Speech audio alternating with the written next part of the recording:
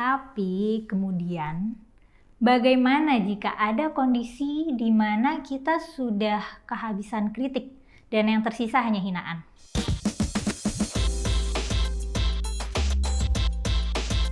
Halo, aku Mela, balik lagi nih di rubrik Pro Kontra.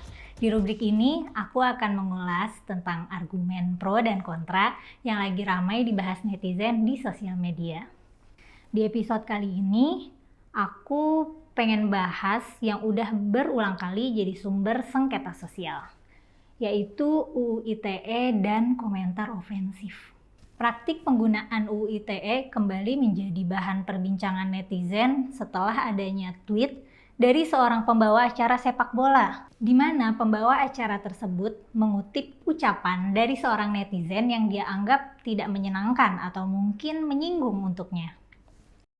Dalam ucapan netizen tersebut, sang pembawa acara tadi disebut sebagai the most cocot yang paling mengganggu se-Indonesia. Di samping itu, netizen tersebut juga memakai kata kasar di akhir ucapannya. Menurut sang pembawa acara, ucapan netizen tersebut sudah bukan merupakan kritik, melainkan sudah masuk ke ranah penghinaan dan hate speech atau ujaran kebencian.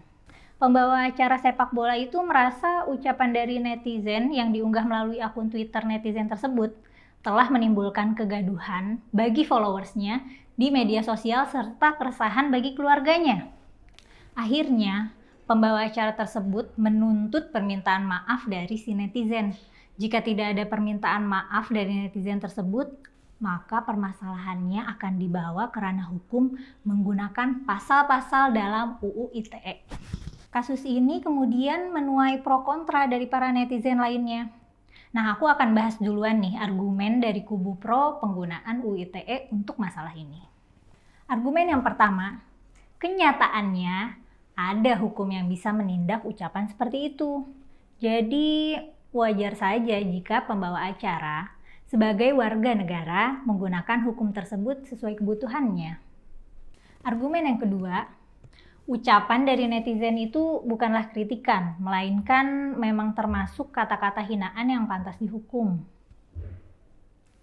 Argumen yang ketiga, katanya penggunaan UU ITE seperti ini bisa berdampak positif untuk membuat para netizen lebih berhati-hati dalam mengeluarkan ucapan atau pendapat di media sosial.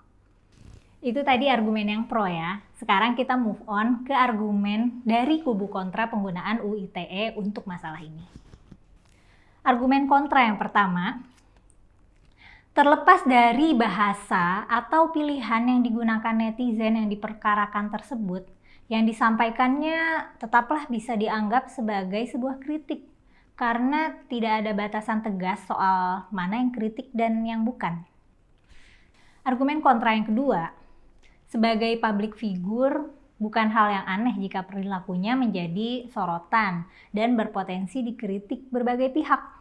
Harusnya jadikan sebagai bahan introspeksi aja kali ya, bukan malah melaporkan ke ranah hukum. Argumen yang ketiga, public figure memang seringkali menjadi pihak yang diuntungkan dari adanya pasal-pasal karet UU ITE. Karena mereka lebih memiliki power atau kuasa dari segi materi maupun relasi untuk melaporkan ketersinggungannya.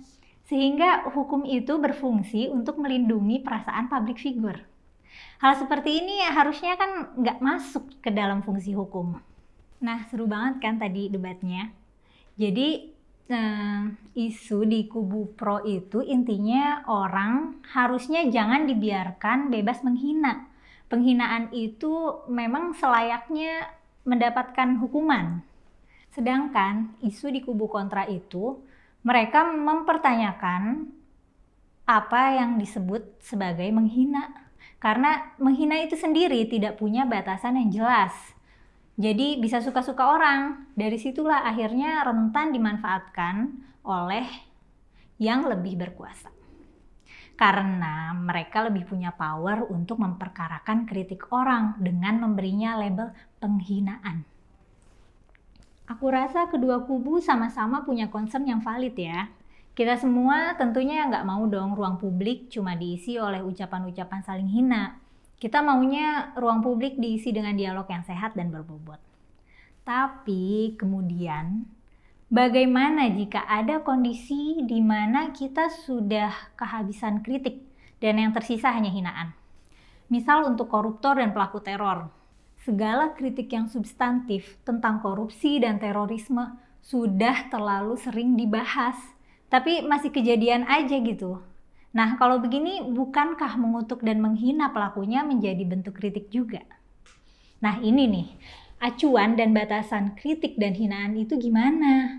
Karena kalau kita cermati, dua hal ini bisa tidak mutually eksklusif.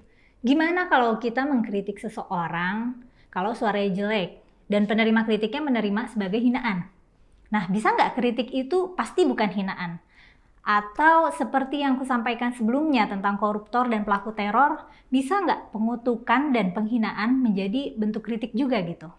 Berikutnya lagi adalah masalah kekuasaan dari sisi materi dan relasi untuk menggunakan UU ITE itu. Karena pasal-pasal UU ITE itu cukup ambigu. Akhirnya untuk bisa berfungsi menjerat hukum seseorang, ya tinggal seberapa berkuasa yang melapor. Kekuasaan itu kemudian bisa menjadi force atau dorongan untuk dijatuhkannya hukuman menggunakan pasal ambigu tersebut. Isu-isu inilah yang menjadi dilema dalam diskusi pidana penghinaan. Kalau aku sih kayaknya lebih condong ke sikap kontra ya dalam hal ini. Sebenarnya platform media sosial itu sudah memberikan kita pilihan untuk mengatur apa yang mau kita lihat atau tidak. Begitu juga dengan komen-komen misalnya, kita bisa blokir, kita bisa report, kita bisa hapus. Selain itu juga kalau misalnya ucapannya tidak valid atau tidak benar, kita punya pilihan untuk membantah atau klarifikasi kan.